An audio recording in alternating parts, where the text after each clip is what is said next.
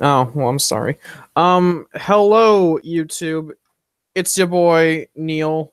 And with me I have Switchpoint as your friendly neighborhood commentator of my, and he's gonna criticize every step of the way. I mean, I'm like everyone. I have an asshole. So Yeah, we like to use it. yeah, exactly. I mean, that's Yeah. just the way it is. I due to controversial opinion, no, I am not your boy. I am not you're not your boy. I am just somewhere in between. He is the cough master.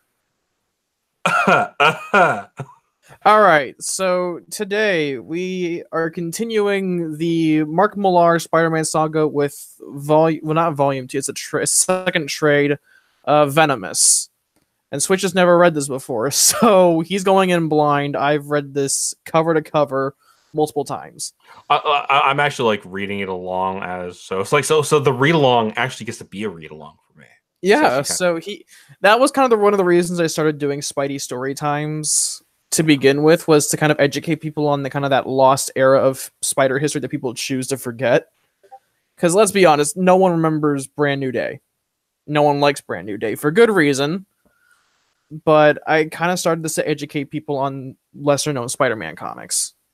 And so I of. think to an extent I've succeeded. I don't know. I don't know. I mean, Oh, I think you have at least the following of some sort that likes to follow you for this story time. yeah. So there you go. But There's that.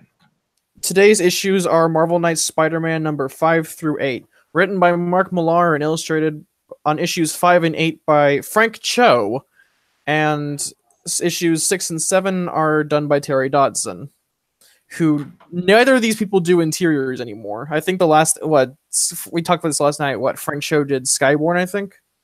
Yeah, that was like something he did. It took him forever to finish it too because Yeah. like he He's usually not good with deadlines, I don't think. no he isn't. And I would like to see Frank Cho like when he does those kind of like interiors is he'd like what I'd like him to see is him like almost be done with it, then start like announcing it and then start putting it out so that way like It comes out on time. yeah, exactly, and he's ahead, right? But like Frank Cho gets like overly excited and he's just like, but I'm doing it. I'm doing it now, guys. um, so start off, I love this cover. It's without the reflection. It's the new Venom costume with Peter in front of it, like he doesn't see it. I love this cover just because it shows like how dangerous Venom is to him. And then the back cover is also really cool. It's an interior page by Cho, where Peter is getting assaulted by a bunch of SWAT cops, and it makes more sense. Did I almost say SWAT bot? Son of a bitch! So what? But no, No fun allowed. no fun allowed, man. All So right. the actual like the okay, that Venom design kind of reminds you a little bit of the Scorpion Venom a little bit. Yeah, because it was meant to be a transition between. I think it was meant to be a transition period between Eddie to this little guy here who becomes Venom, and then Mac, who became Scorpion at the end of the run. Yeah, yeah, Um. So to begin, the first issue is a Doctor Octopus issue where we have Peter getting socked in the face by Doctor Octopus and Mary Jane on the bottom. Of course, this never actually happens, but this wouldn't be the first or and definitely not the last time that covers are misleading to us. yeah. So That's true. so for previous arc, Peter learned that Aunt May is missing, and he got the shit beaten out of him by Electro and Vulture. And then he went to the hospital, and Black Cat saved his ass. So today, Peter is now at home, but we start off at JFK, where this, I don't know, is he like, he looks like a cancer victim. He's like just I think he's just like just some crony like type of dude. Yeah, but you know how they have those signs with person's name on them. His has Venom on it. Yeah. And in the back, I love this detail. There's a picture, and this is like 2005, like so before, like just like, relative to us, just after 9/11. Yep. And in JFK, there's a picture of Captain America saying "Smash terrorism," and I love that little detail. Yeah, it's a poster I believe that definitely like that the Americans would make to just to kind of be like, hey, you know, don't worry, we're not going to let like that bring us down. I guess this kind of dates the comic by a lot, considering that you don't see this crap in airports anymore. Yeah, But it's just a nice little detail to remind you. Yeah, this was the mid 2000s, just before Civil War, Yeah. and Oh man.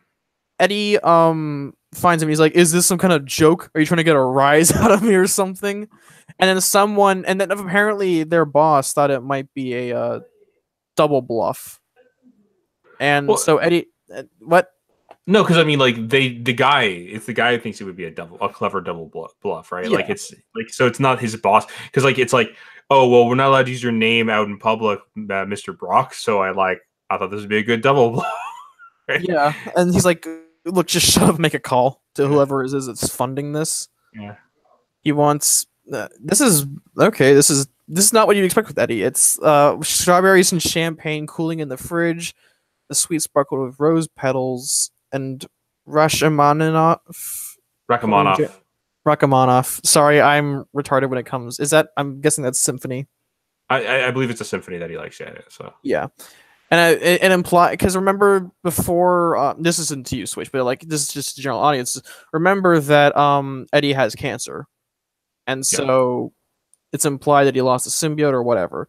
And so it comes. Like, we cut back to Peter's apartment with MJ, who has a envelope that says "Final Notice," and it kind of has Peter. And Peter's kind of monologuing to himself that his spider sense Mhm. to see that Mary Jane has an envelope open, and so he calls her and and so it turns out that Felicia's there as well, and this is where Frank Cho shines. Beautiful woman with big breasts. Yeah. Now here's one thing that I was like. So this is one of those weird things. Okay, so like we're talking about how like his spider sense lets him like sense that she opened up the letter, and like he can sense it, and he can sense kind of like his surroundings like to some degree. I find this always weird because like some stories have like a level of difference between that, where in some stories he senses like he can sense much more than what he can normally sense, but then in other stories he can not sense as much.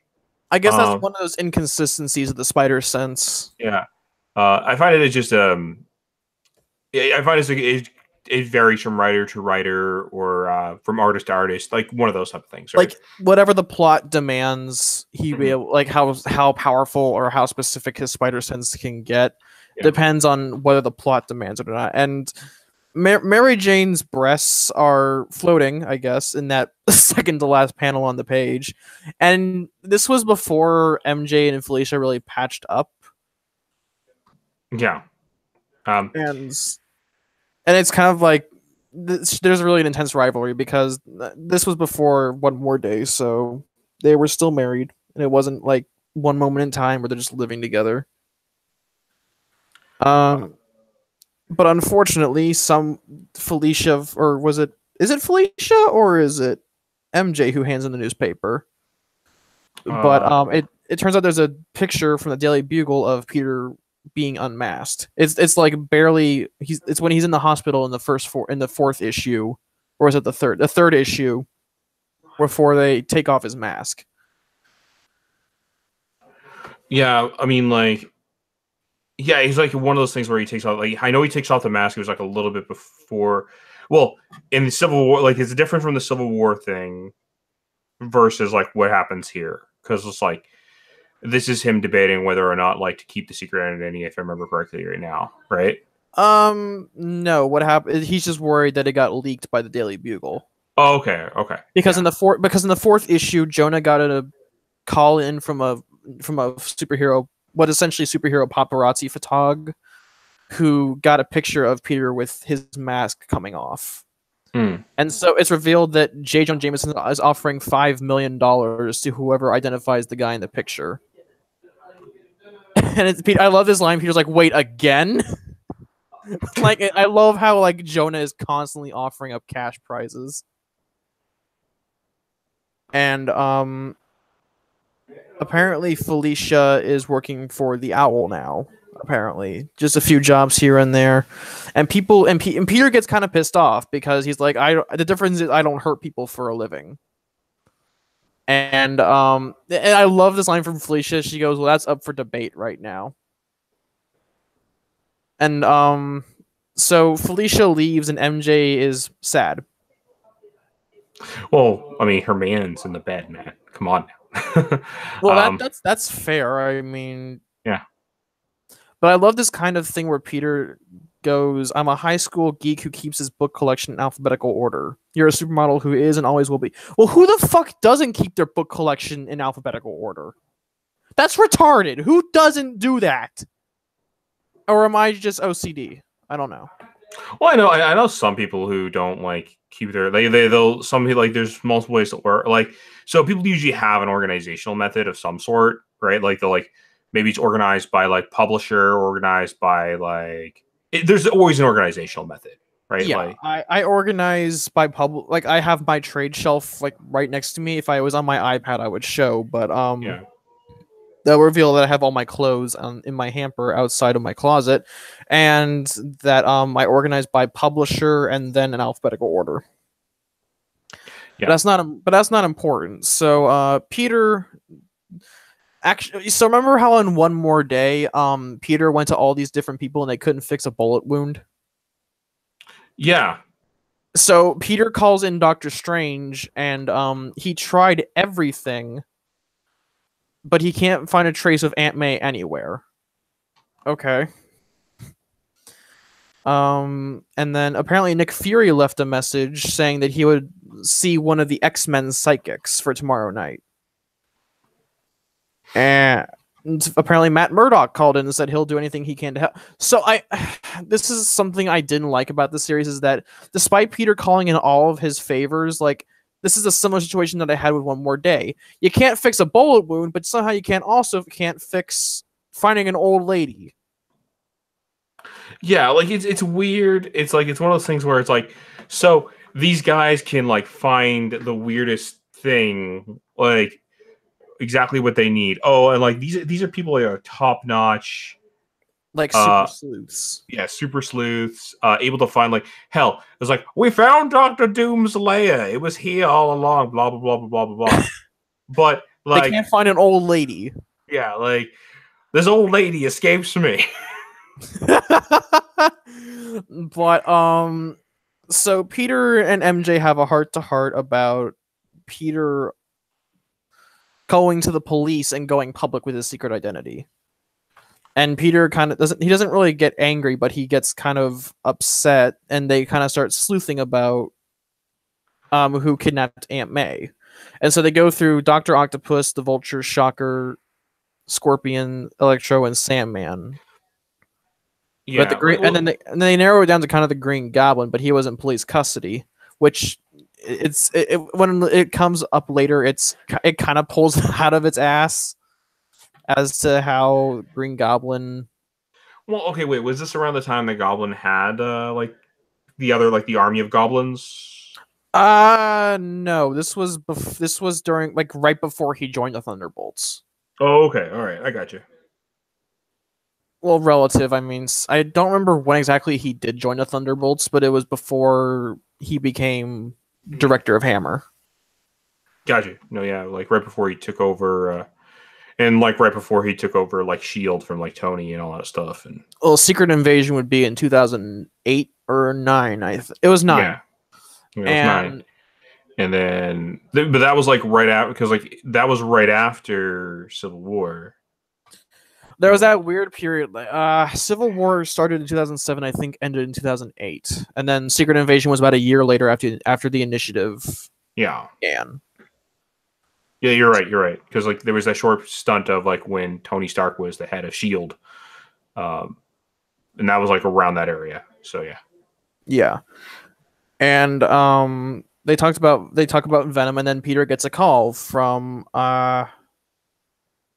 his credit card company, and apparently he's been ignoring their final demands. Well, he's unknowingly been. And but they've sent him 6 letters in the last 8 weeks concerning credit card debts amounting to almost $25,000. And I love this face Peter makes in the last panel on the page where he's like, "What the hell, woman?" And they had insufficient funds, and then they'll have to take it up with their bank. And so MJ gets sad. She has like a fake tear in her eye. I'm just bull crapping, but she someone say something in the chat. There's no one in the voice chat, or there's no one in the live chat. God, I love this.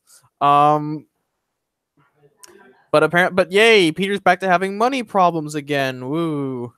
That's like a constant weird thing. Like every once in a while, they like to put like so much pressure on Peter that like now he has like all these money problems for insert reason here. Like, oh well, he can't get to work, or oh he's too busy looking for Aunt May, or oh he's like he has to live with his aunt. He's a struggling student. Like insert excuse here. You know? I don't hate Peter Parker being like financially wobbly, but I'm tired of him constantly being on the brink of financial ruin.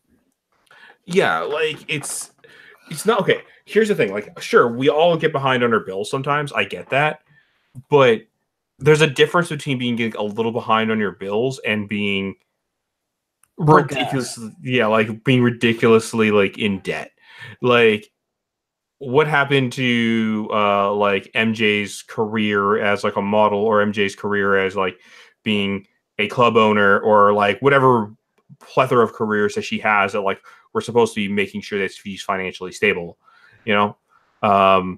Well, actually, it's actually well explained in this book, so I'm kind of wouldn't overlook it. That yeah, MJ got a big part in a production, but the couple of the companies that still owed her money went bust, and so she dipped into her tax account to keep things going. Okay, that's one option, but isn't Peter also? Well, but isn't Peter also a teacher during this time frame as well? Yeah.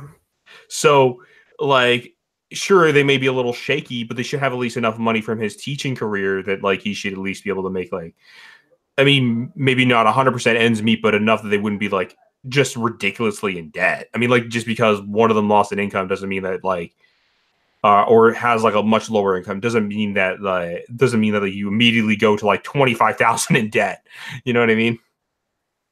Yeah, I don't know. Like, as much as I dislike Dan Slott's run, I think Horizon Labs was a good fit for him. It didn't work as a plot device, but I think it was a good idea for Peter to get rid of his like financial problems. Oh no, okay. Him working at Horizon Lab was I liked him working at Horizon. So that was one of those progression points I actually liked from Dan Slott. It was him then. Now I want to overtake Horizon Labs and make my own Peter Parker Industries. Yeah, like and I'm like that. Okay, that was just too much. Like, and then people were like, "Oh yeah, but like it's something changed, different." It's like, yeah, okay. The change and different was him like finally working in the sciences. I was okay with that. That's something different. That's a change that makes sense to me. Him like moving out to his own apartment and not being with his Aunt May. Again, another change I can work with. That makes sense. But why does he then like immediately, like not even a year working for Horizon Labs, decides to make Parker Industries? Come on now. Yeah, that was just Slott trying to make Otto look good. Tell him, or is that how you say it? Tell him. To heal him. No, this was back way before Slott took over. This was 2005, I think, 2004, when Mark Millar was writing one of the auxiliary titles. This is, I think, around JMS's run, like midway through the JMS run. Yeah, let's go around over that area. But Peter kind of says not to worry. They'll figure it out. They'll pull out the camera and take a few pictures again. And and Peter goes, "You're married to a superhero, remember?" Because MJ asks him, "Will he's?" I think she asked him. He asked her to stop worrying. If I'm reading that sentence correctly, you're married. It's like, will you stop? You're married to a superhero, remember? I just love how like they're bantering back and forth like an old married couple. Yeah, I mean, thanks, Joe. Yeah. Like this is around that time.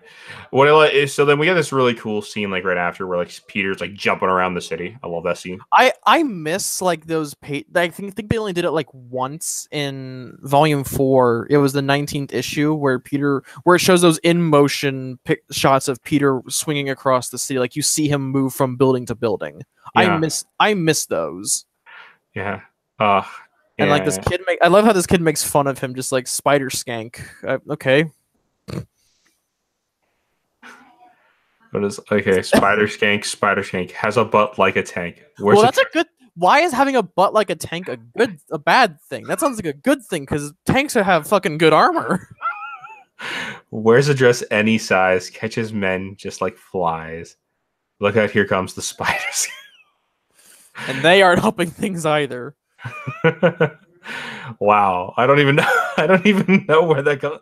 Like, that just came out of nowhere. That isn't even like, man, that's great. I love it. So Peter's swinging, and a random guy asks him to lift up his car so he can fix it. And Peter's like, do I look like AAA? I love these. I love these kind of jokes where Peter would just joke about like him doing mundane shit. Like he would do it, but there's like a mild complaint where he just kind of did it because he could. Yeah, like, well, it's interesting because like this is one of those things where I love that like different dynamic of Spider-Man versus like the Flash. So one of the things is like the Flash would actually stop by and he would help with one of these things. Like, oh man, hey Flash, could you like help me like change out my tires? Like, and with Barry or like Wally, it'd be like, yeah, no problem, man. I love the city, and like they do it, and it'd be like it's the little things that help like around the city. And then like later on, you might get like a story where the guy's like, he would help the Flash with something because like the Flash helped him with something. Where with Spider-Man, it's what is this? He does it out of sheer niceness, even though the city freaking hates him. Yeah, like. And it's just like, and Spider-Man like makes like a nice snarky remark. It's like, I shouldn't be doing this, but I guess I will. Like, but as Peter lifts up, Peter's like, you think this happens to Captain America? Yeah. And so as he's helping him, Peter basically he sees a familiar face and he goes, drop the car. Or get out from behind the car. He needs to let go. And so the guy refuses, so Peter just throws the car into the air and jumps away. Just as ya boy, Alfred Molina Doc Ock shows up.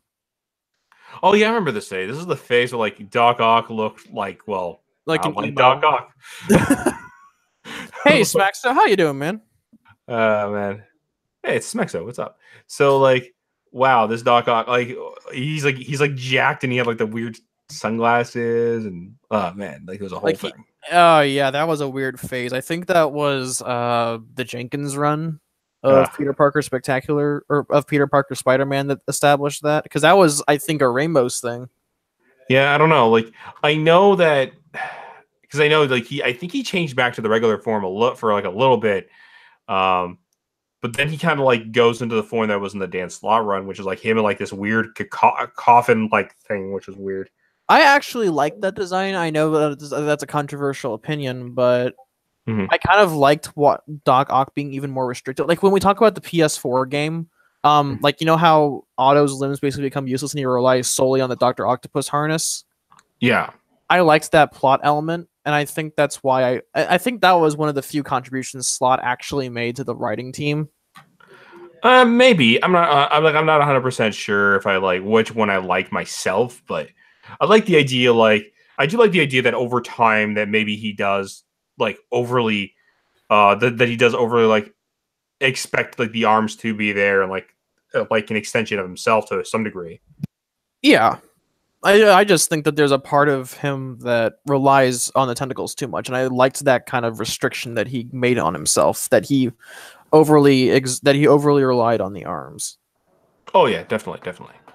But and then Peter punches Ock, and then the arms tear through a freaking bus. All right, like. Well, I mean, they're adamantium at this point, I think. All right. No worries. And also at that high impact, at the high speed that he punches Otto, I think that a cut that clean is kind of to be expected. All right. Okay. So yeah, no, it's fun. I like this kind of stuff. I remember these really dynamic action scenes. Oh man, I miss these old dynamic action scenes. I go like this. And so Peter wins, and then he gets tranked. Well, Doc Ock gets tranked, but wait, no, I think I'm reading that wrong. Oh, the trank darts were already there. They were trying to stop him. Yeah, the trank darts. So, the trank darts are already there. The SWAT team was trying to stop him. Like a huge SWAT team of like 50 people. Like well, I think was this have like, yeah, this is I think when they started having like the the superhuman kind of like level SWAT teams, kind of like to take down. Like I think this is when they started like actively deploying mandroids in the streets to deal with superhumans. But apparently he broke away from their convoy, and like they tried to trank him the moment he broke loose, but Peter apparently gave him an adrenaline rush by punching him. Yeah. Now. And so Peter's kind of telling him to stop pointing the guns at him. Well, yeah, I mean, it's Dr. Octopus, Smaxo. I think 50 SWAT guys with Dr. Octopus, who is generally considered one of Spider-Man's biggest villains, is kind of not even overkill. I'd actually call that underkill. Yeah, actually, I would actually say that those guys are probably going to die before they take in Dr. Octopus. Yeah, because like remember, this is during his period where I think where the arms. This is again, I don't know like the specifics, but I think this was when his tentacles were coated with adamantium. You could be right. I think so too. Because like if I remember correctly, because this is like this is like that Age of Heroes stuff where like they were trying to reestablish kind of like an idea of like where they want to take like the modern canon to some degree. So no, Age of Heroes was 2011. Oh, that's right, Age of Heroes. I was thinking. Sorry, this is Marvel Knights. God damn it. Again, still like another kind of almost reestablishment Marvel Knights was because because this was just before Disassembled, I think. Yeah, so yeah, no, this all makes sense. Like, I think this is around the adamantium. Like, I mean, pretty much everyone was getting like upgrades to like their armor and shit like that too. I actually think the Doc Ock adamantium upgrade. Let me look this up just so we're sure here. Yeah. Adamantium. Doc Ock.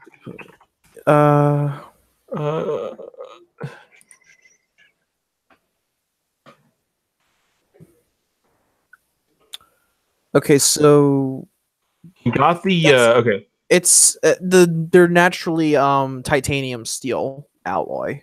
So that would already make them pretty strong anyway. Yeah. Unfortunately, there was an accidental radiation leak that ended in an explosion, and those wonderful mechanical arms became fused to Dr. Octavius. His tentacles were made out of adamantium and had the strength to crush. Okay, but like he didn't have the adamantium when he first started. When did he get it? Yeah. Let's see. Here we go.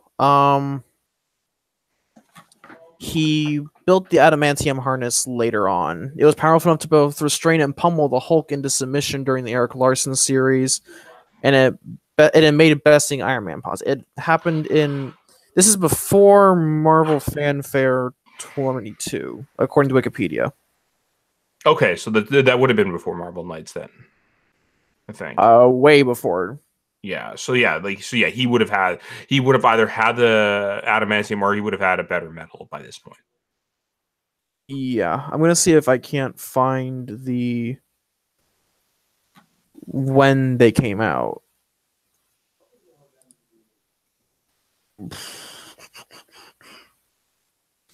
They were later made of carbonanium. Well, I mean, carbonanium is basically almost as powerful as adamantium, but not as it's not completely unbreakable. It just has a really high melting point and destruct. It's not Wolverine tier, but but going back to the comic, Spider-Man tells him to lower the guns, and the SWAT team's like, well, let's just say that's a little bonus money. And then Peter shoves them away, and then the cops swarm him. Like, okay. the entire New York SWAT department is decided to be corrupt and engage Peter. I think I find that funny more than anything. Yeah, Smaxo makes a good point that Hulk lost to Doc Ock because Larson was being pissy with Peter David. Oh man. So Peter David fired back with Hulk curse stopping Ock. And then the next cover, I like this one. It's with the X-Men, and it has Peter present that butt. Yeah, Peter's ass is full out on display. It's like watching Ass Bar. I mean, I'm okay with it. Like we actually rarely get covers like this anymore. So it has Cyclops, Shadowcat, Wolverine, Emma Frost, and I think that's Rachel Gray. Well, was she going by Shadowcat at this time? I don't. You can never tell with Kitty. She has too many identities, secret identities.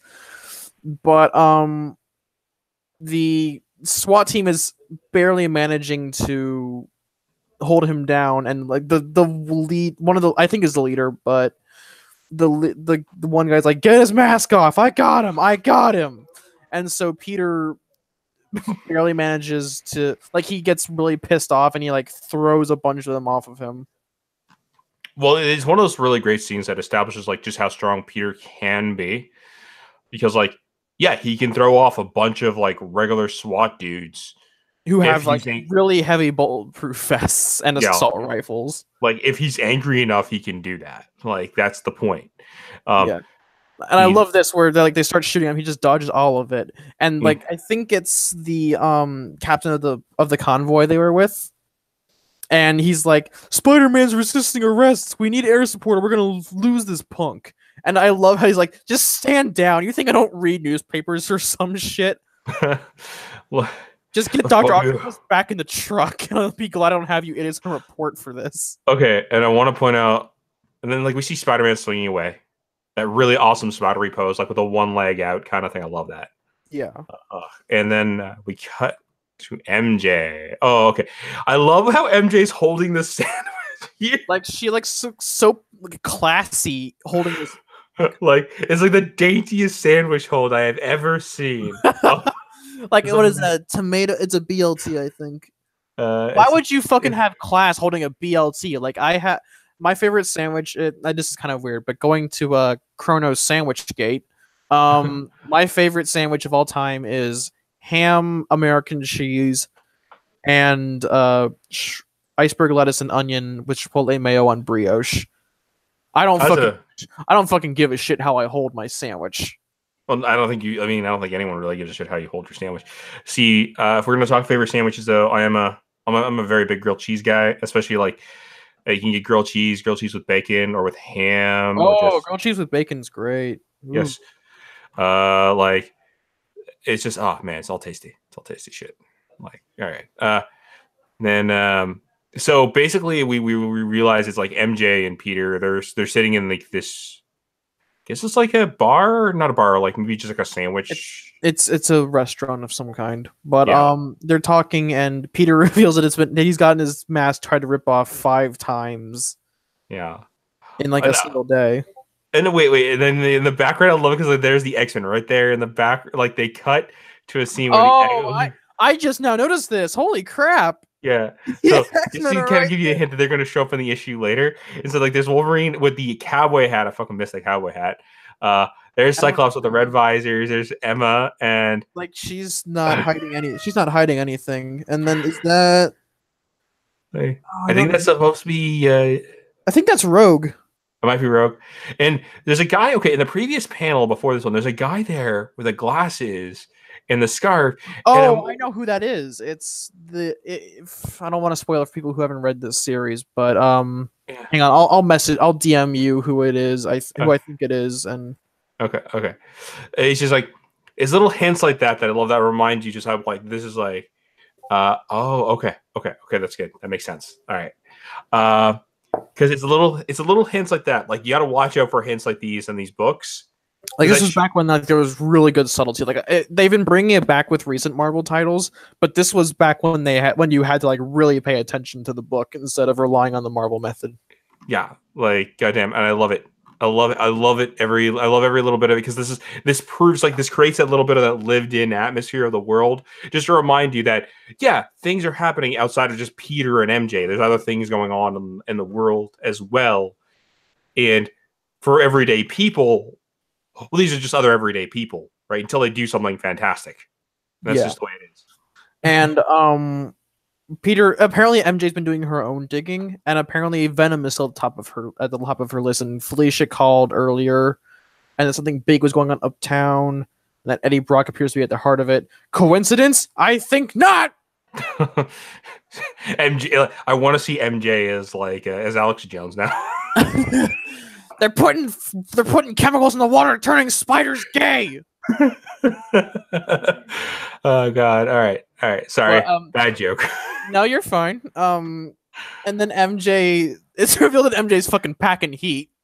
What is What is that shirt she's wearing? What the hell? It's like a really bad striped one that only works with that jacket. I'm not gonna lie. If she took off that jacket, This shirt it would look bad. Like it's not even like it's. I don't think it's a bad. It's just like a weird design. It's a weird shirt. Yeah. But at the Daily Bugle, Jane Jameson comes into his office to find who else but Spoderman sitting on his desk reading the Daily Bugle. And so Spider-Man reveals himself to be Otis Kincaid, the credit controller over at Marsh Insurance Brokers. Like, oh yeah, I remember this. I remember this run. Yeah, I remember this part of the like not this specific issue, but I remember these like parts of this run because like it was during like every time J. Jonah Jameson puts out like some kind of find to like reveal who Spider-Man is. It's like we'd always get cuts of like these random nobodies who would come in and be like, "I'm Spider-Man." No, I'm Spider-Man, and J. Jonah Jameson would be like, oh. But Peter's talking to not Betty Brant because that is totally not Betty. That looks nothing like Bet's. I mean, he kind of has her haircut. That's the most. But still, it's like it doesn't look like Betty. It looks like a generic Terry Dodson woman. It kind of does, yeah. Like, but I love this banter between Peter and Jonah, where he's like, well, but isn't Mr. High School teacher? What are you doing here, Parker? Some of the bigger boys been stealing your lunch money again. Oh wait, no, okay. You want to read this line? I'll do you want me to do Jonah Jameson and you do Peter? Yeah. Okay. Well. If it isn't Mr. High School teacher, what are you doing here, Parker? So the bigger boys been stealing your lunch money again? Ooh, look at you all bright and happy. What's up, Jonah? You finally found that nickel you lost? And what's with this crazy Spider-Man stunt? Isn't this like the 11th time you've pulled that old cash reward for a secret identity thing? If we had Hi-Man here, he would do the perfect Jonah. Oh, he's great at Jonah. Who cares? Some anonymous billionaire donates $5 million to burst our circulation. Who am I to say no to? Oh yeah, that was okay. That top line was Peter there. But basically, they've been putting the story about all those break-ins at Oscorp down.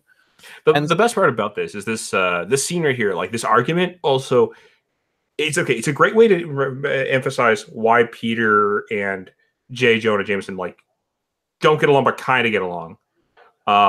It's their pseudo friendship. Yeah, it's their pseudo friendship. But the other thing it does, and this is one of my favorite parts that it does, is it's a great way to get some exposition across for like any reader who hasn't been keeping up for some time and kind of like wants to know like the details of what's going on. Because like at this point, it's basically J. Jonah Jameson is like bringing up the point that yes, I am doing like the whole funding to like find out who Peter Parker is, like we found out in the last issue. But but I'm also going to point out, hey, it's Teacher Boy. That's right, you're working as a teacher right now, and you left this paper, and that pisses me off. Okay. But I like this picture of the scene of Peter with John, who's kind of they're friends, but like more acquaintance than like genuine pals. I think that's always kind of been how their relationship is. Yeah. Then we get that weird awkward panel with Peter's face, or like Peter's face. Like John has his eyes, and Peter's like looks like they're really squinted.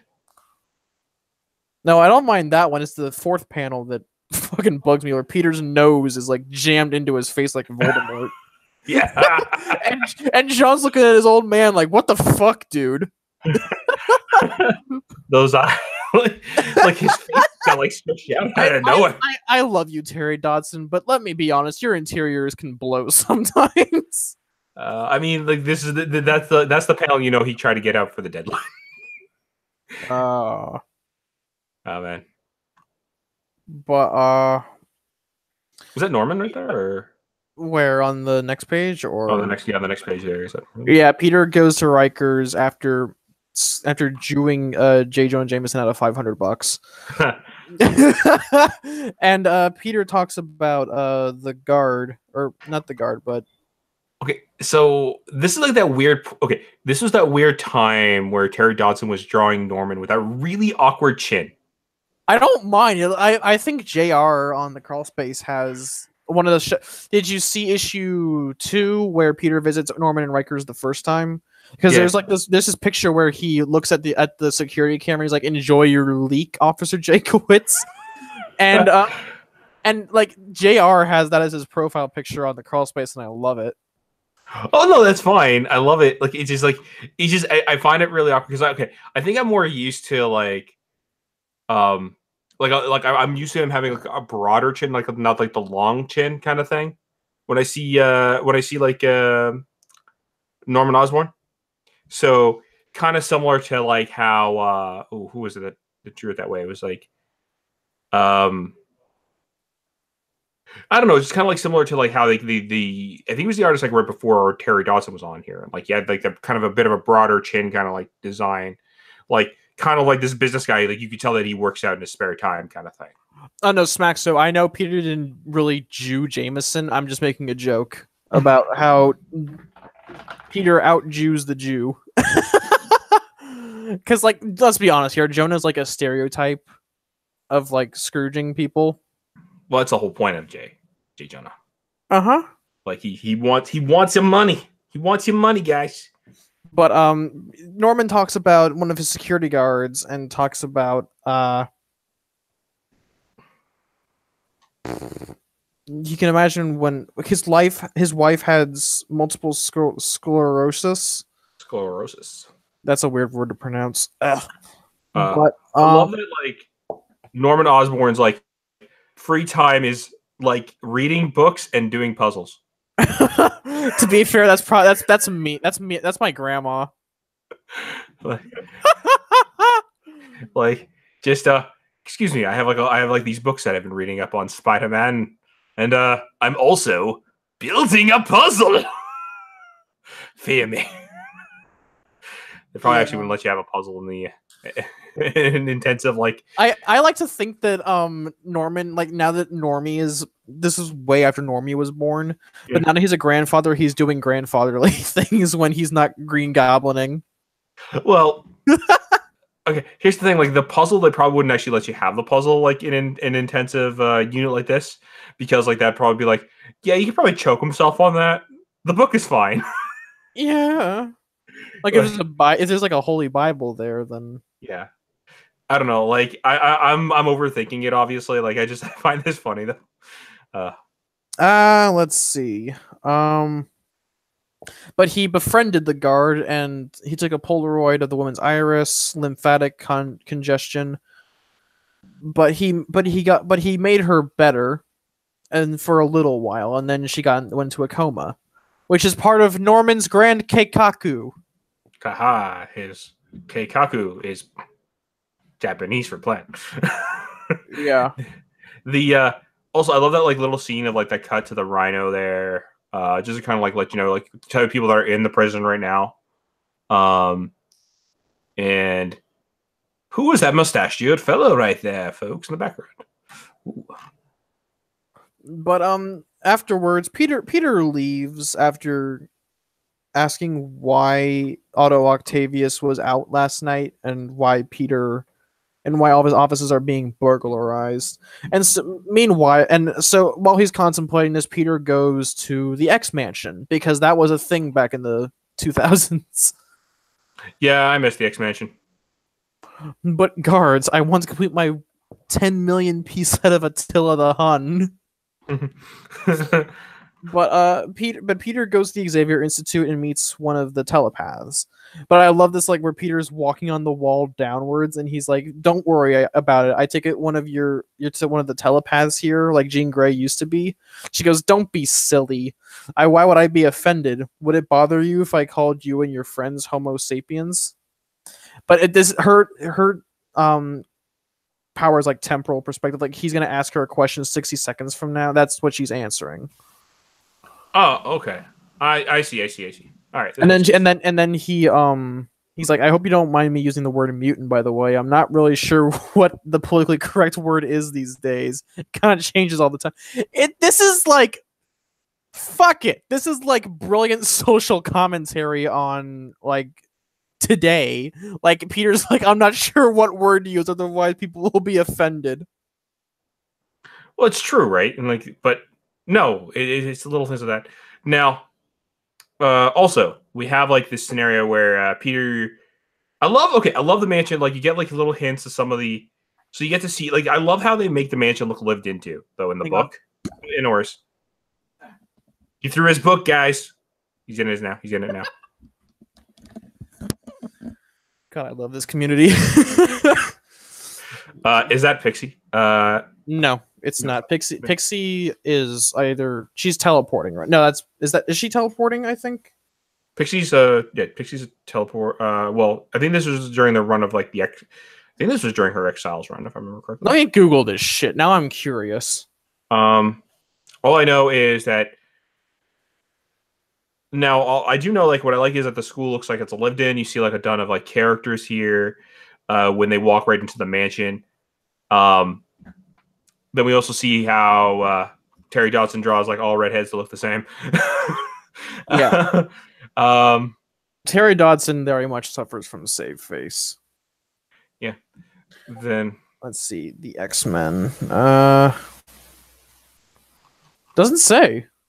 Or wait, hang on. Is it Goldbug? No, not Goldbug. I'm being a turd. This legitimately makes me curious now. Oh, the West Coast Avengers are mentioned. Holy shit. West Coast Avengers. This is like it's like, well, we're trying to find out where Aunt May is for you. She's using her telepath powers. Yeah. And it's just like, but I can't. Something is blocking it or some bullshit. Like, what? Yeah.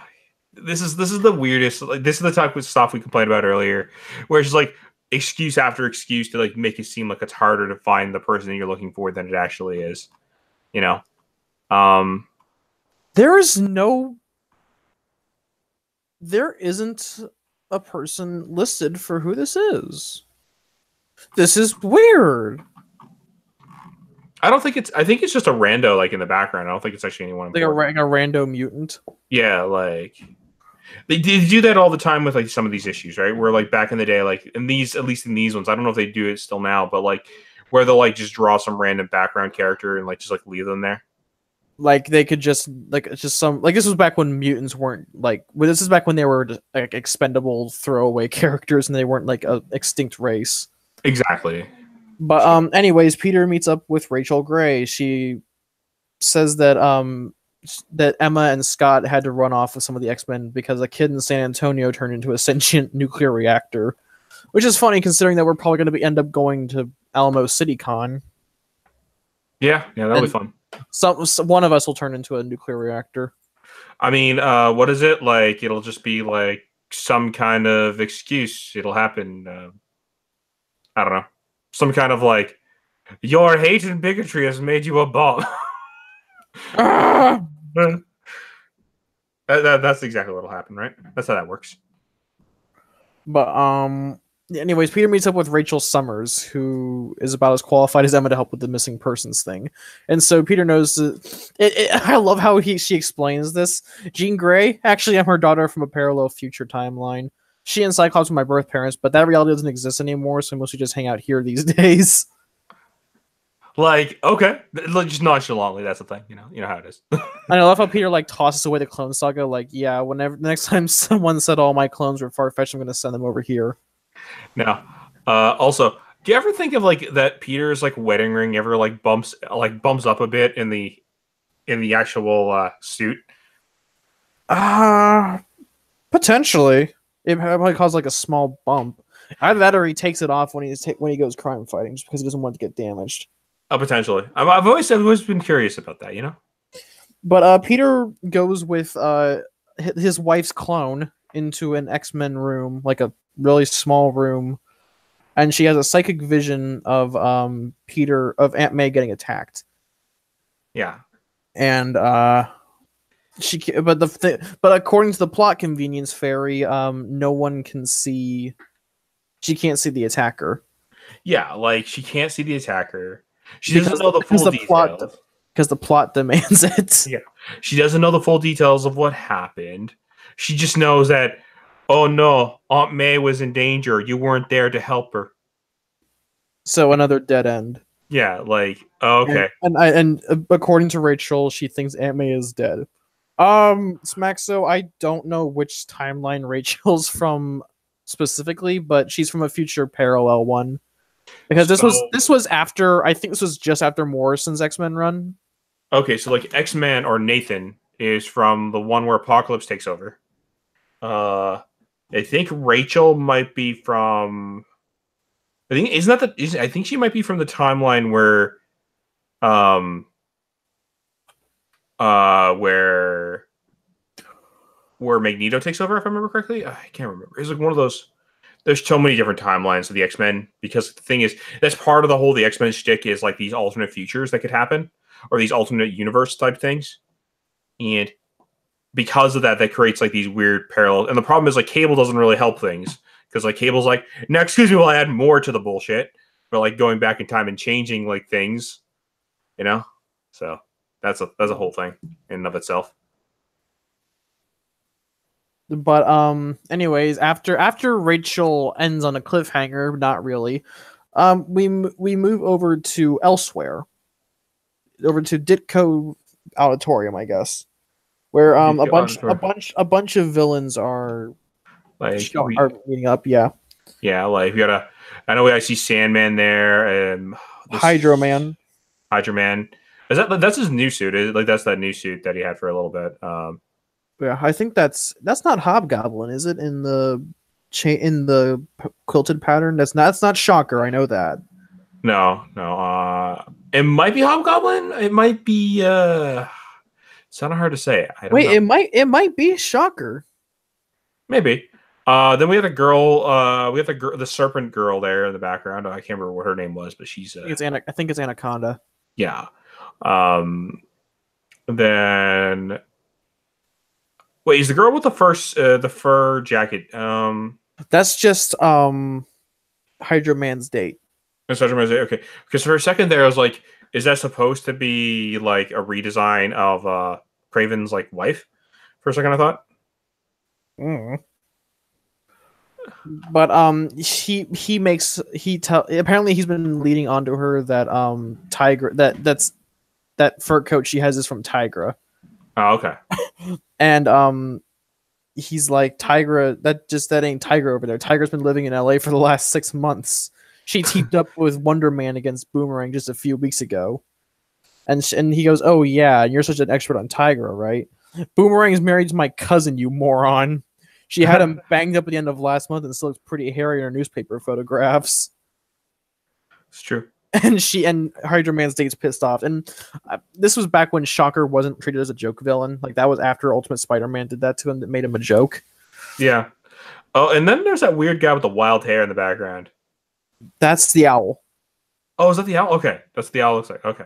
Yeah. Yeah. Okay. And he's meeting up with, and Shocker's talking to this Mr. Fortunato. Fortunato? Is that how you say it? Fortunato? Oh, and you can see Stiltman back there. Yep, there's Stiltman. I can see him. I think that is Hobgoblin, unless someone can prove me different. Well, there's Shocker, and there's so it looks different than the one we saw earlier. Like there's that boot in the front. Yeah. That looks like Hobgoblin. And I'm willing to bet that it is. Then who's that speedster there? I can't tell very well. Speed Demon. Oh, okay, Speed Demon. Okay. I think. I could be totally wrong. Yeah. But I don't know. Like it's like all these like little characters like all over the place. I love it. Oh yeah, it's like an orgy of supervillains. Stiltman died during Civil War. Yeah, so he's not dead yet. This is before he passed. And Mr. Fortunato talks about making something out of his boy Angelo.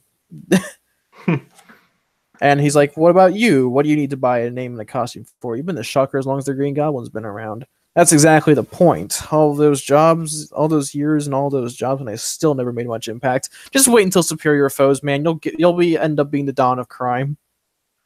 I mean, it'll take your time, but you'll get there, I guess. He gets his win, but there's Mirage. Oh wow! when the guy comes up to the auction booth. Oh shit! There it is. Yeah. And there's a bunch of like C and D list villains. I love this. And so Eddie Brock comes up to the plate, and he looks very different from how Frank Cho draws him. Probably because it's two different artists, but I think this is the Tinkerer, I think, who's selling shit. Yeah, so like the idea is that like this is the auction where he's selling off Venom because this is because this was like just before his cancer started like seriously affecting him. Yeah. So yeah. And so there are people who and he's auctioning the Venom symbiote off. And so now that Eddie wouldn't live 6 months, he's going to donate the profits from the charity to the charity of his choice. Yeah. And Mysterio is like auctioning a psychotic killer to a gang of supervillains. That doesn't sound too Christ-like. I love how Mysterio is the one saying it. Was this before? This was after he came back to life. Oh, this is Daniel Beckhart. Mysterio. The one who came from ASM 141. Then he would die in 2012. But it's like that's exactly what I'm doing, Mysterio. This piece of trash would only find a new host anyways, and at least all this dirty money you guys bid goes to a good cause. And well said, Mr. Brock. And so as Eddie transforms as Venom transforms behind him, the guy goes, Tinkerer goes, excellent. Now let's start the bidding at $10 million, shall we? Don't you enjoy that accent, Mr. Burns?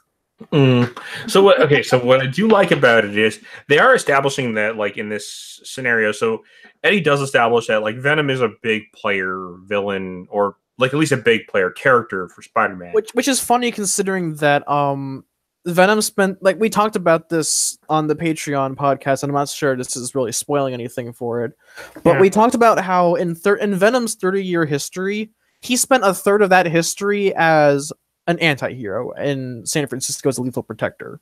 Yeah. So it's kind of inaccurate to say that he's Spider-Man's arch nemesis, when for more than a third of his editorial history, he's been a good guy.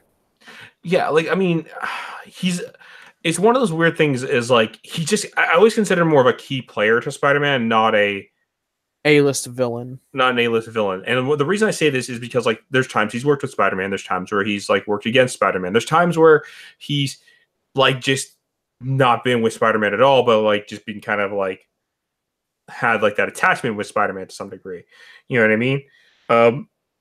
One thing that always like I find funny about this is like, so the symbiote knows that Peter Parker is Spider-Man. I mean, that's just because the symbiote was with Spider-Man at one point. It shares that information with Eddie Brock, but it's indicated that it doesn't have to share that information with some people, because like there's some people that it does attach to that it just doesn't share that information with, which I find interesting. Yeah. I mean, like, I'm just wondering, like, is it like that picky of like a being that it just doesn't want to share that info with some people? I think it's more that it just uses as a psychological warfare, that it could blow the whistle anytime it wanted.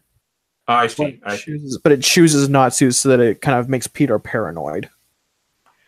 That's fair. Venom's more like the psycho ex-girlfriend that didn't take the hint.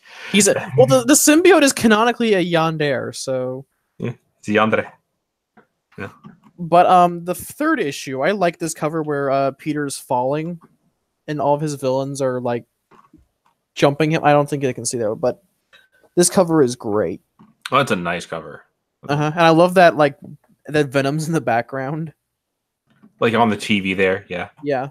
And so the issue starts with Peter fighting the Lizard in the sewers of New York with the spider signal. We never see the spider signal anymore. That makes me kind of mad. I think like I want to point out, I love how Spectacular Spider-Man weaved it into the story, like in the comic and the not in the comic, in the cartoon. Yeah, and he actually did use it like a few times in that cartoon too, to like blind some villains before fighting them. Oh wait, what the fuck? I just realized that that Lizard's holding like a dead body. Yeah, it is. He's holding. I just now saw that. Oh my god! So there's a dead body in the sewer right behind him, and he's holding a dead. Like he's holding someone by their shirt, and you can see like their bra and shit. And it's like weird. It's like a weird. It's like I wish Dodson did more horror shit because he actually does a really good job. Well, okay. Well, it reminds you just like how much of a scene like this reminds you how much of a monster that like Connors becomes when he turns into the lizard, right? Yeah, that's one of the few things I don't like about I don't like it, but it's one of the things that's hard to talk about Spencer's run. Yeah, how Dr. Connors like he's eaten his son, and no one's calling him out on it. Yeah, but Peter talks about how he's been fighting everything nonstop. Monday he fought Hydro Man. Tuesday he fought Sandman, and Wednesday he's neutering a horny rhino after he abducts and proposes to this lame French singer-songwriter he's obsessed with for no reason he can figure out. Wait, is this was this the point where it was the other rhino, or was it the original? Like still? No, this was Alexi. Oh, okay, this was Alexi still. Okay, all right. And then Thursday he's fighting Fancy Dan, Montana, and Ox. Wow. Oh, the enforcers! I miss them. One of them's dead, but you know. Yeah, I think no, Fancy Dan and Ox are still alive. And Montana, I think he was cloned during the clone conspiracy. And then apparently on Friday we make a reference to the Spider-Monkey. No, two people stole the Spider-Mobile and took it for a joyride after stealing it from the Smithsonian. They were stoners. Yeah. And then he talks about Dr. Octopus, and he's talking to Black Cat, who makes it a very good point to show off her massive rack. Hey man, I always loved this I love this costume. I didn't like that new costume that she had, like that had the weird like face. the cat eyes. Yeah, that was. Oh no, I hate that costume. Oh, I don't hate it. It's like, but it just doesn't beat the original. Yeah, no. As someone will call me a misogynist for saying this, but I like Black Cat with the open cleavage. No, I agree with you. Black Cat with the thing is, okay, Black Cat with the open cleavage works because Black Cat knows she's a sex appeal item, and she uses that to her advantage. That's actually part of her character. If they call you a misogynist for that, then you'd be like, well, I'm a glad misogynist because guess what? Her wiles worked on me, and she can steal whatever the fuck she wants.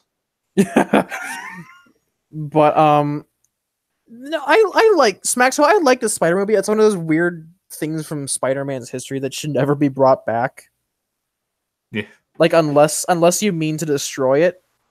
Like the last time we saw the Spider-Mobile, like the Mark I Spider-Mobile, was it got dunked in the fucking East River.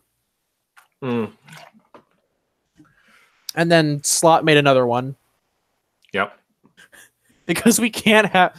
I mean, I don't mind. Like, I wouldn't be adverse to Peter having another Spider-Mobile, but don't make like a sexy, like sleek future car. Like, give him a Spider-Mobile that's based on like a modern car. Well, like, I don't. Okay, here's the thing. Actually, I don't think you should have a okay. Spider-Man swings around the town. Okay, he's not Batman. He doesn't have a car. Yeah. Batman has a car. Hell, I could believe that even Captain America has his bike. It makes sense.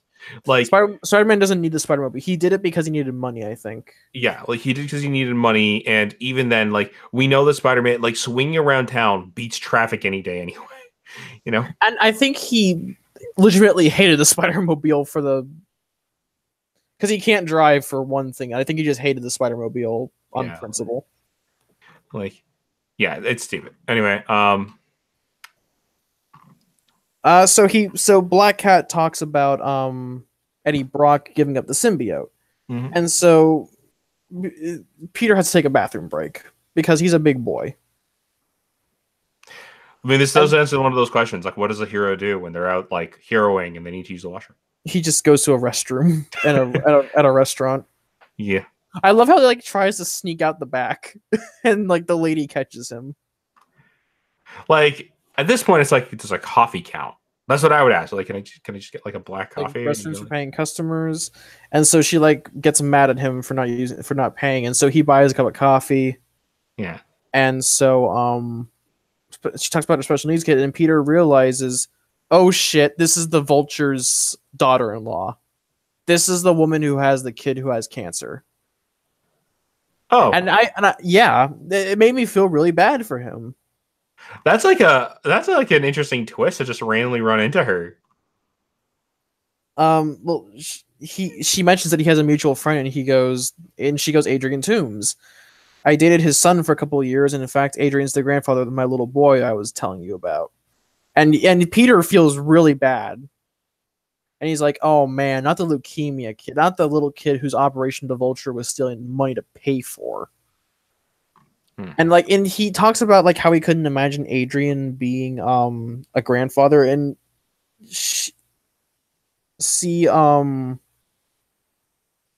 and if you've read the first 4 issues of Marvel Knights Spider-Man, you know Adrian got caught by the owl. Yeah. And so she mentions how he's like the best grandfather ever, and how he gonna pay the $500,000 to get her kid better with some little nest egg he'd put away. And it's been nearly a month. Like he's been looking for Aunt May for over a month at this point. That's ridiculous to me. And then Peter feels really guilty, and I love that Peter feels really guilty about that. And so Peter decides, so he tries to pay, and she goes, like, you don't have to pay because I was messing with you earlier about charging you for coffee.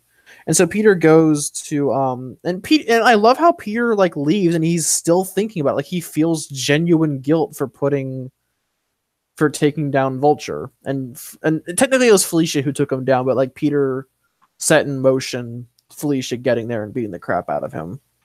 Yeah. And then he comes and finds another guy in a Spider-Man costume. He apparently accidentally killed himself trying to get a photo taken on the side of the Chrysler building.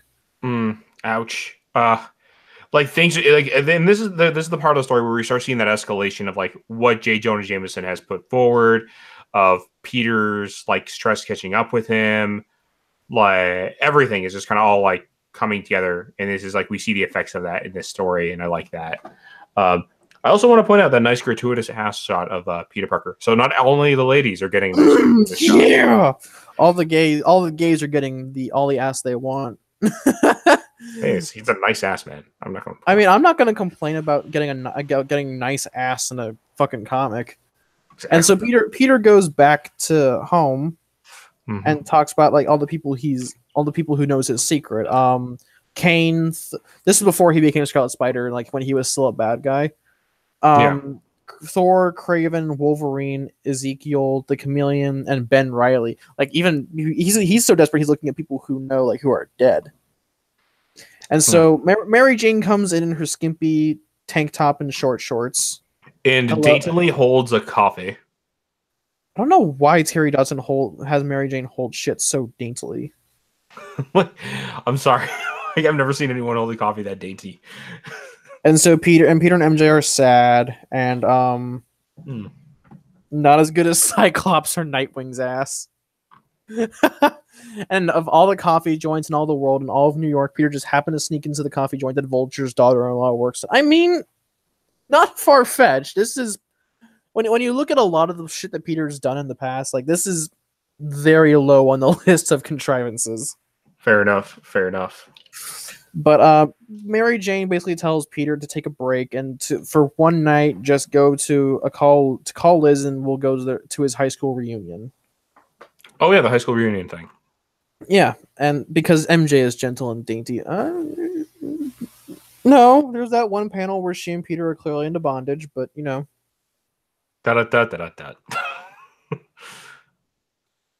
So, yeah. Later on, Peter goes to Dan Slott, and certainly not as good as my ass.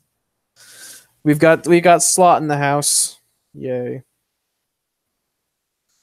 Also, reminder that the poll for next week's story time is on the description, and at the end of story time we will go over it and talk about that arc. The options are The Last Stand, which is the last Millar arc. Life and Times of Cindy Moon, which keeps getting second place. Back to Basics, ASM Volume 5, number 1 through 5. That's the first Spencer arc. And The Gift, which is ASM number 400, aka The Death of Aunt May.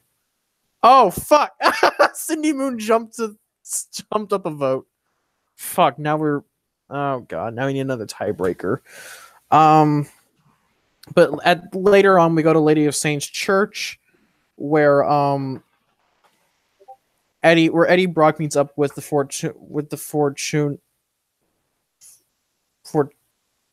How do you say them? What's their names here? Sorry. Fortunato. Where's the spelling here so I can take a look? Sorry. Moon's 4 votes now. Oh fuck, we're actually gonna be doing Life and Times of Cindy Moon, I think. Don't push it, man. I mean, I like the first volume of Silk, so I wouldn't mind talking about it. I only put arcs that I like on here. That's fair. It's Fortunato, I think. It might be Fortunato. I mean, I'm just trying to find the spelling in the book here so I can actually see how it's Fortunato. Yeah. So. But they go to Lady of Saints Church, and Mr. Fortunato talks about he sold Eddie $100 million. The Venom symbiote's worth $100 million, which, given that's an alien symbiote, that can basically serve as a double butt plug. It doesn't surprise me.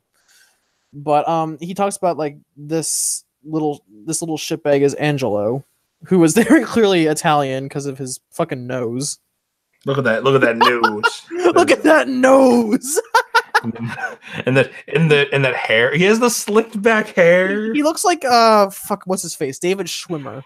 Oh god, they give him that slicked back hair, but they make sure they include that bit, where the hair curls back up a little bit in the back. Oh yeah. And they went a pretty Italian stereotype with this guy, and not in a bad way. I want to point out it's not racist or anything, but it's obvious that he's Italian. Yeah, he's so obviously Italian.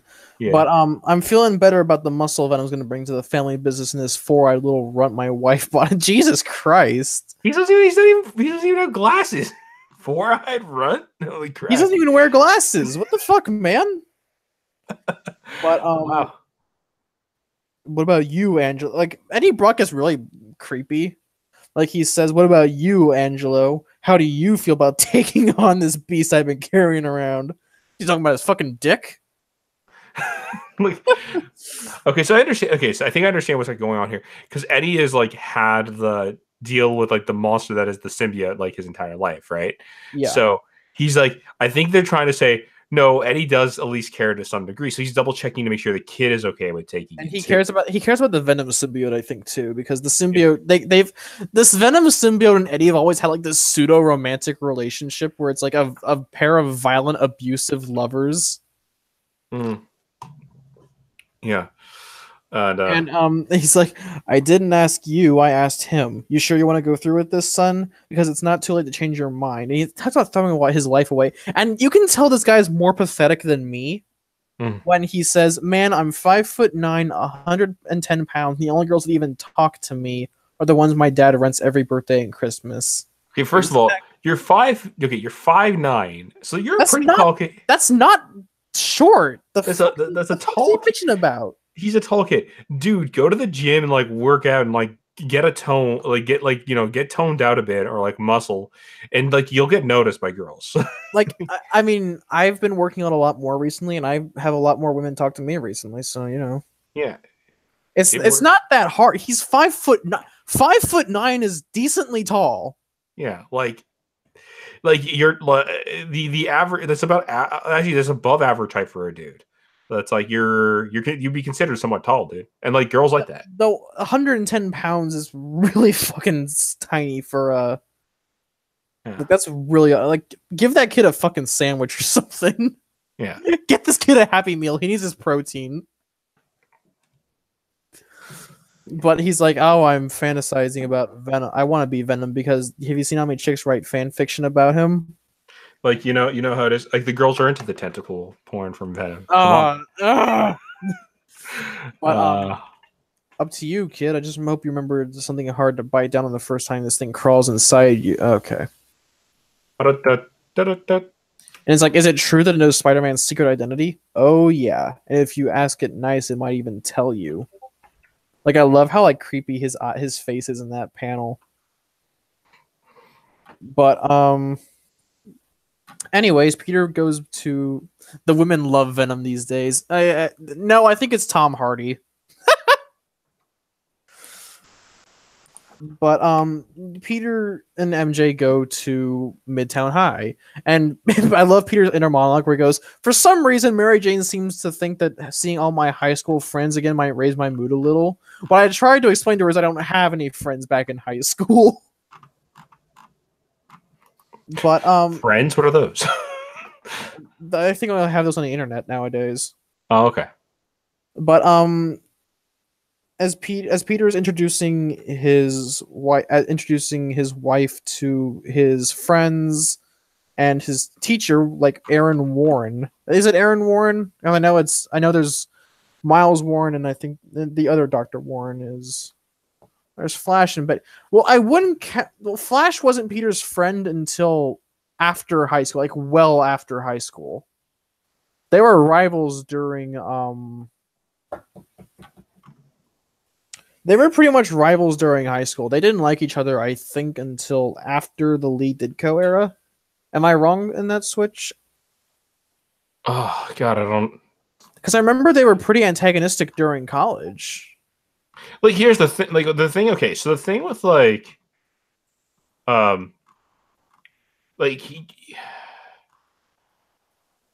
he did okay. He became there's a lot of his like rivals that he becomes friends with after high school, like during the college years. And there's some that just don't happen until like much later. Yeah, like Randy Robertson didn't happen until a little after. Yeah, even like okay, even when you got like who is it? Who's I thinking of? Thompson, Flash Thompson. Even with Flash, like even when they became friends, there was always like that little hint of like there's still some stuff that they haven't resolved until like much later. So it's kind of hard to decide. You know what I mean? Yeah, and there was that weird period, I think, during the Mackie Byrne era. Mm-hmm. Yeah, Peter met Randy in college, but I'm talking about like when they became like really close. I feel like they started living together. Like because before we talked about this, I think they talked about it on the podcast for the Crawl Space. But Peter and Randy lived together before the Mackie Byrne reboot, like before MJ died in the plane crash. Yeah, there's a weird itch on my nose. But Peter's introducing his wife to his gorgeous supermodel wife to all of his friends. It's one of the few pages where I think Terry Dodson really nailed down MJ and how hot she can get. And like his old bullies from high school are like leering at him from a distance. It's like she's talking about they're talking about like what's the hell's a former FHM babe doing married to a high school teacher. And so I love how everyone's like they're being nice to Peter now, and it's like, "Hey, Peter Parker, how's it going, fella? Remember me?" And I love how Peter just replies, "Sure, tall guy with red hair and glasses. How could I forget?" Tall guy with red hair and glasses. It's like what's with all these people suddenly pretending they're my long lost boys? I don't remember half these people. And I mean, like that's like reunions in a nutshell, right? Like you go in and you don't remember some of these guys, but like they remember you, or you try to pretend like you remember some people. And I get that because this is like a public high school in New York. Yeah, and I live in Texas. Like for you guys who don't really know me that well, I live in Texas, and public high schools usually have around 3,000 people. So that's probably why Peter. Like I can't imagine how many people go to a fucking high school in Manhattan Island. That's not including people from outside of that specific borough. Oh yeah, like, oh, I think you turned off your camera. No. What the fuck? Does it only work at a specific angle?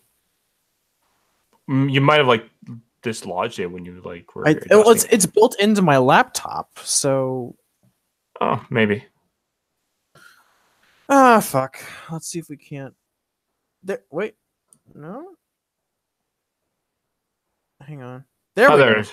That was awkward. Probably fixed it, so no harm, no foul. True enough. But yeah, basically Peter remembers nobody and talks about like for him it was 4 years, like, or he basically got a point that Liz's high school career, and Jesus Christ, has junk in the trunk. That high school was great for Liz because she basically got to decide, it was her choice on who to date. Well, Liz was like one of the top girls in that. Yeah, and for Peter, it was just 4 years of keeping his head down and trying his best not to get the crap kicked out of him. Yeah. Also, Liz Allen doesn't get enough love as like one of the love interests for Peter. Well, that was like during like. Yeah. I think she wasn't written out, but she kind of became disinterested in Peter like just after the Elite Ditko era finished. I know, and I get it. But, I'm trying to remember. And so Peter gets. Was this after or was this before or after she married Harry though? This comic? Yeah. Long after. They married like I don't remember when they married. It was like during I think the mid 70s. Like just before Peter and MJ got married. Oh, okay. Okay. If my well, no, because I thought they rewrote it like they got married later. But let me take a look. I could be wrong. Like, you know what I mean? Like I remember that when they got married, Harry and Liz rented out an apartment for them. Or one of the apartments in their building, I think. Yeah. I could be wrong.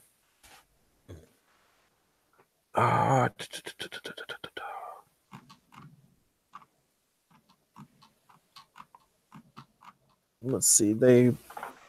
Okay, there's no citation for this. Come on. God damn it, internet. You're better than this. It's not really a big deal, honestly. Well, no, now I'm just curious.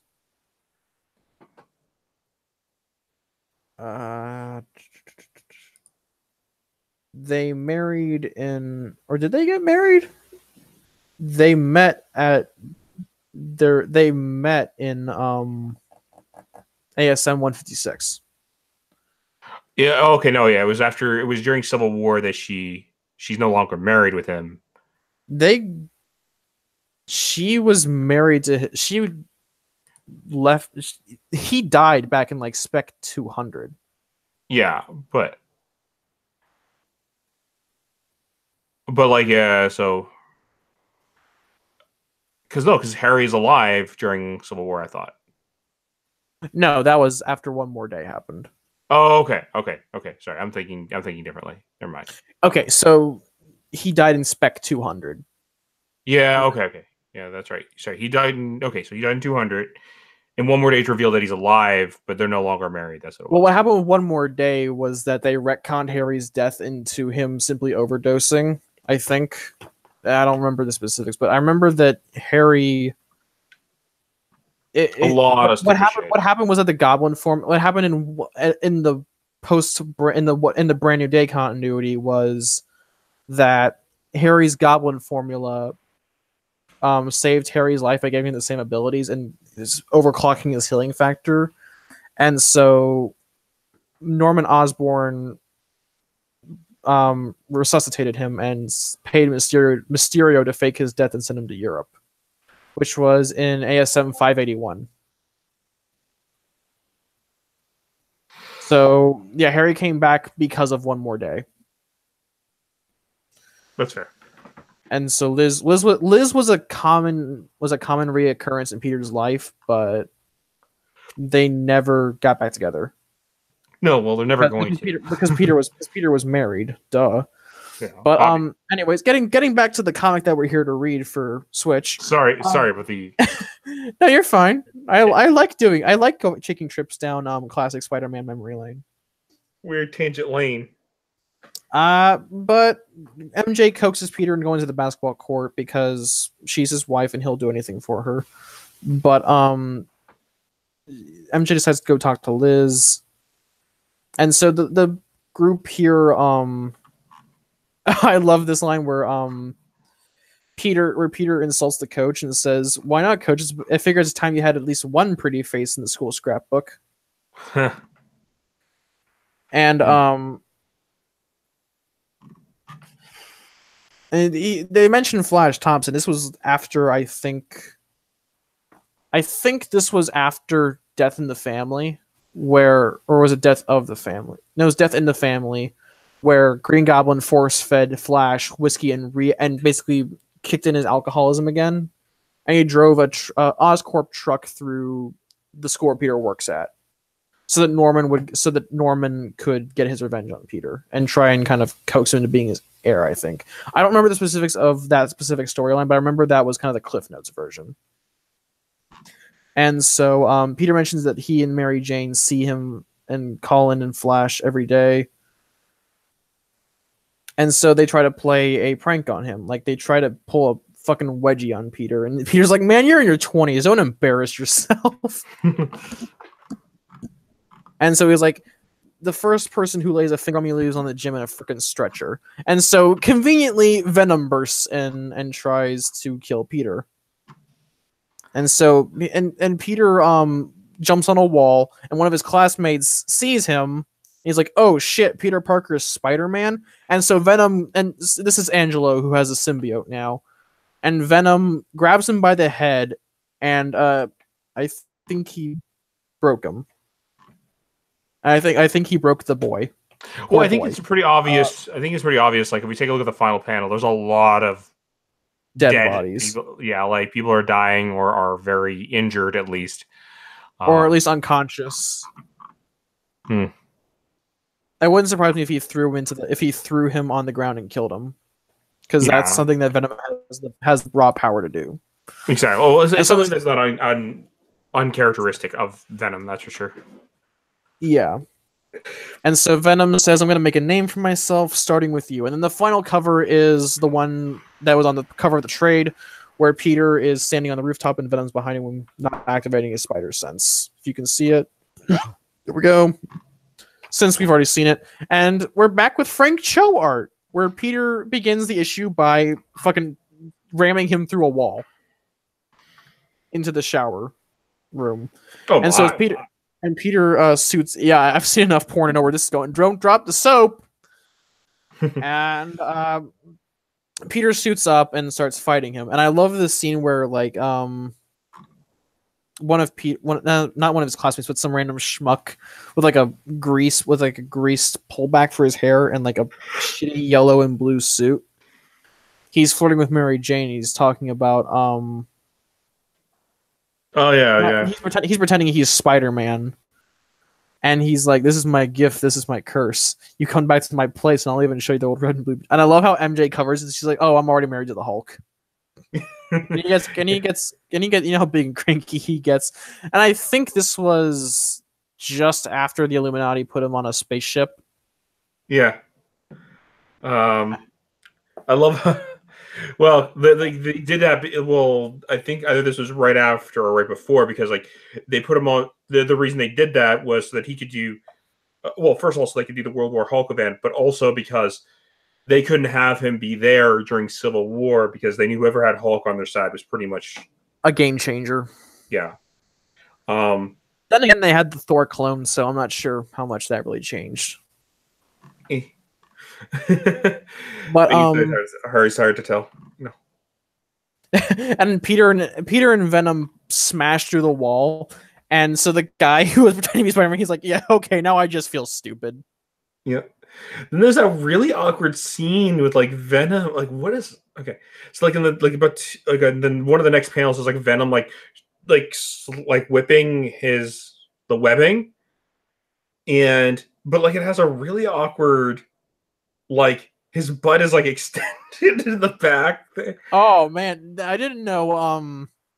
The Cho did male cheesecake. Hell yeah!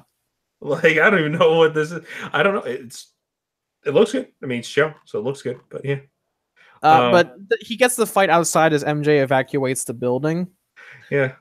And And Peter's like this, and I love how Peter actually knows who this kid is. Like he knows about Angelo. Yeah. Like he's been doing his digging. He's been doing his research. He's like he couldn't have weighed more than 120, but this guy's twice the size of the old one. Mm. And Peter's like mocking him, and he talks about oh, I love McSwiggan gas. Also, highly detailed. And there's a doggo, like a dachshund, and he saved the dog. Gotcha, like he grabs the dog and runs away before the truck hits it. He doesn't save the driver. He just fucking lets the truck plow into Venom and blow up. It's all right. The driver, he's fine, guys. The airbag. He didn't die. Promise. Oh man, this is a. But he gives the little girl back her dog, and so he tries to run away. He's like, oh, and then Eddie's why did I say Eddie? But Angelo's like, dude, I can't believe you're just a high school teacher. I always thought you'd be something cool like a cop or a Navy SEAL. But it's like it's sort of like that. It's sort of like when Vulture unmasked him in #4, and he's like, "Wait a minute, oh shit, you're just some nobody. I thought you'd be important. This is depressing." What is with everybody expecting like these like unmasked heroes to be like somebody important? It's like, no, bro, just it's a teacher, just a regular dude. He got lucky. Yeah. And he's like, he's talking about, he's trying to smack talk Angelo, and he's like, the classmate you killed is never coming back. You want to be remembered as the guy who killed an innocent bystander? And then there's this weird page where Venom punches Spider-Man, his fist comes out. This goes through him. I think it's a trick on Peter's part that he grabs Peter's heart, I think. Yeah.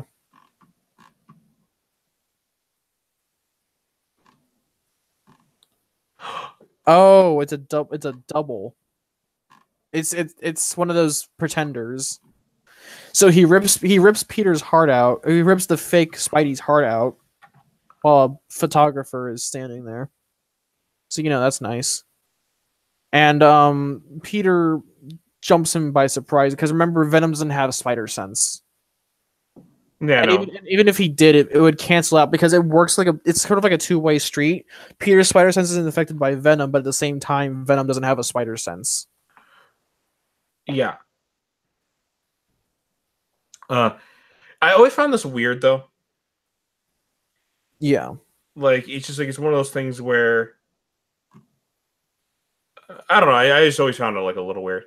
Oh, apparently on page 10, Peter jumps over comic book guy. Yeah, he jumps over comic book guy. That's a great reference. But who is I think it's not comic book guy who I'm thinking of, but yeah, that is comic book guy. But it also kind of reminds me of what's his face? It reminds me of Dan Slott.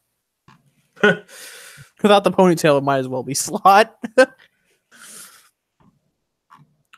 But Venom camouflaged. But Peter basically beats the crap out of Angelo. Yep.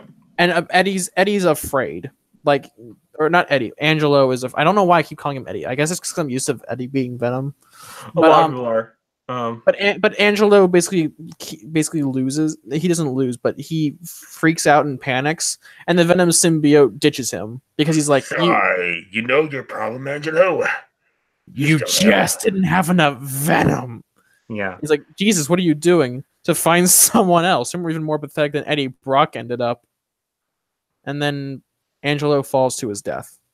So like that was a weird sense. Like this was during that weird time where like the symbiote could actually speak. I mean, it kind of always has been able to speak kind of, but not really. Yeah. Well, I mean, like, okay, I like the idea of like the symbiote, like almost telepathically speaking with like the person that it's like with, hot wired into his brain. Yeah, like not actually speaking. I don't know. I just not that I hate it. Just like I feel like it just makes more sense because like it's an alien kind of thing. But Angelo died. And the Don himself is finished. This was all he had left, but he looks strangely proud as he stands there and stares. Like he finally made something of the kid that endangered his legacy. Yeah. And of course, he can't go back to Venom because Eddie Brock slit his wrists at 53rd and Broadway.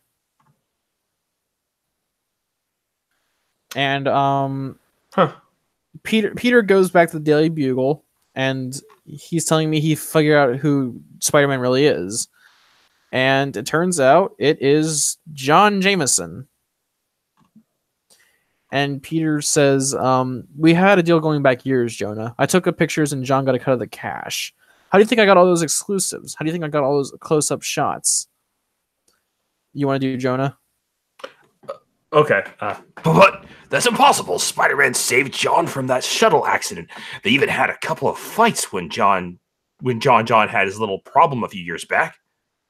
Oh, smack. So, Eddie slit after he gave the Venom symbiote. Eddie slit his wrists and bled out. Yeah. Remember, kids, sideways for attention, lengthways for results. It's true. From your friendly neighborhood, Filthy Frank. But that effect, you never read comic books growing up. You never see the stunts superheroes pulled to protect their secret identities. Why else do you think Spider-Man's been playing gigs on his old man all these years? He's been doing everything he could to throw people off the scent. Oh my god. Are you sure about this, Parker? He's using John's bathroom here, Jonah. But why wouldn't he tell me? Who knows? Maybe he just didn't like what you were writing about him. Either way, John asked me to never tell you any of this, which is why I'm guessing you'll do the decent thing and never actually print these pictures. Of course. How could I print pictures of my own son? The competition's dead. Buried. Parker. But what about the prize money? And so, Jonah gives Peter $500,000. Yep. And he says he doesn't want $500,000. And Jonah's like, don't try to hustle me. Don't the idea of it is it's a quick way for them to get rid of Peter's financial problems. Just but the last page. Actually, reading what happens at the end, you'll be kind of surprised by that because Jonah's thinking about it, and so Peter just kind of stays calm and he's got $500,000, and so he's like he could easily fix your money problems.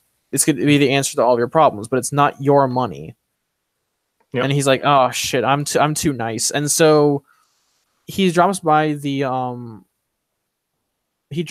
diner that Vulture's daughter-in-law works at, and dropped off the $500,000, because if you read the 4th issue, $500,000 would have given him a chance, and $10 million would have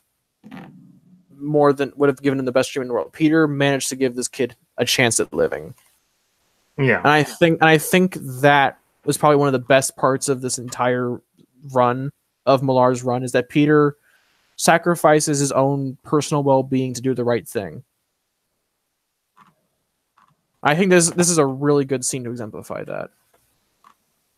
Indeed. I still think that and he says that his name was Adrian. Yeah. So he made Vulture into a good man. In a weird sense, yeah. But Peter and MJ go to the police about Venom's attack, and he kind of goes, "Oh, I'm going to throw away the costume because that always happens. That always sticks, doesn't it?" Always. And Peter gets a call, and he gets it's the Mystery Man from issue number 2. And turns out he was the one who gave the $5 million to Jameson. And so Peter's whispering, "I'm going to kill you for this. You understand me?" Well, let's not get ahead of ourselves, shall we? There's a lot of people involved in the situation, Peter. And to tell you the truth, you've just seen the tip of the iceberg so far. What were those cops doing with Otto Octavius? Why is Osborn in such terrible danger? Why has dear old Aunt May been integral to all my plans? And the final page, I love this panel of this guy leaning on the top of the Empire State. Is it the Empire State Building? I think it is. It's meet me for lunch tomorrow. I'll give you the whole story. Ciao for now. And that was Spider-Man Marvel Knights Venomous. Switch, what did you think? This is your first read through. What did you think?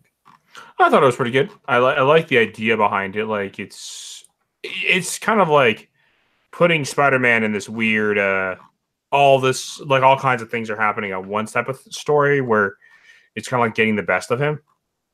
And some aspects I'm not a big fan of, like this overwhelming amount of debt added on top of everything. I think kind of like it's just kind of like an extra factor. It's like everything is going bad, and then this is here as well. So like add to the levels of bad, just to tell you how bad everything is. Smack, so you can figure out for yourself. Read the next issue, because it looks like we're at the end of story time. That means the polls are in, and the winner is Life and Times of Cindy Moon. Silk Volume 0, number 1 through... I'm not lying! Here! I'll send you the results. You know, you can just do a share screen of it. Oh, yeah, I can. I forgot.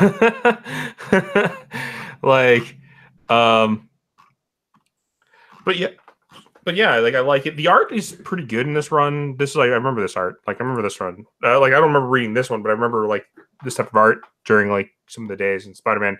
This is some good stuff. Like I like it because it's like, you know, that the art felt much more robust.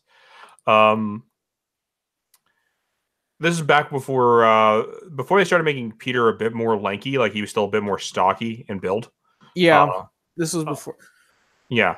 And I'm actually okay with that because I don't mind him being a bit more stocky. I mean, I always imagined that he would have the amount of fighting and like swinging around he would do would probably actually make him a bit more stocky because like, I mean, I'd imagine he started getting like a bit more like I'm like a wrestler's build.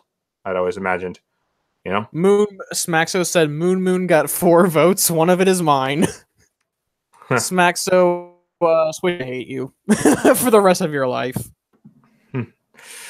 But no, I thank you very much for having me on. It was a fun read. I might have to actually pick up the entire Spider-Man Marvel Knights run and just give it a once over. One of the things that impressed me the most about this run is that like there's all of these like small subplots that run like throughout the entire 12-issue run, and it doesn't feel like they don't overstay their welcome. Like if you took a look at Dan Slott's run, something like one of these single plot points would have taken 5 or 6 pages to talk about like a single part of it, and it would have dragged on forever.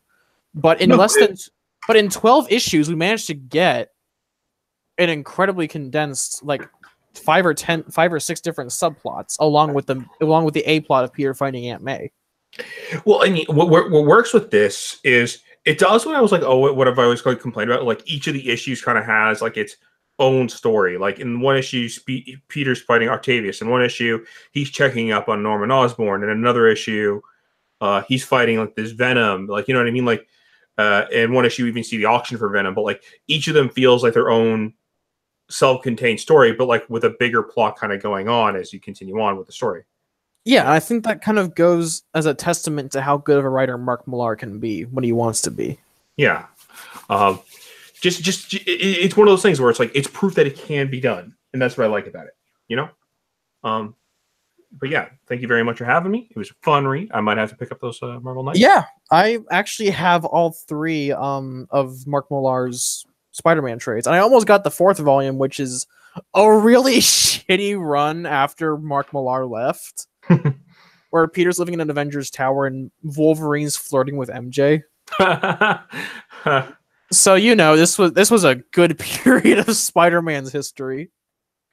Oh man, and I mean that in like the most sarcastic way fucking possible. Of course. Yeah, but yeah, guys, that is Spidey story time. I'm sorry I spent like the last 2 weeks kind of absent. I've had a lot of shit going on in real life, so that's why I haven't been doing these very often. I'm probably going to get back to doing these weekly. I want to do these weekly because it's fun having yes, Smacks of Wolverine does like taking other people's wives and their lives too. But I'm hoping to get these because it's better to get like more content out weekly than it is to just do it like every month, like a video, like a single like 22-minute video every month. But this is fun for me because I get to educate people on like little fringe spider books that no one ever read. Exactly.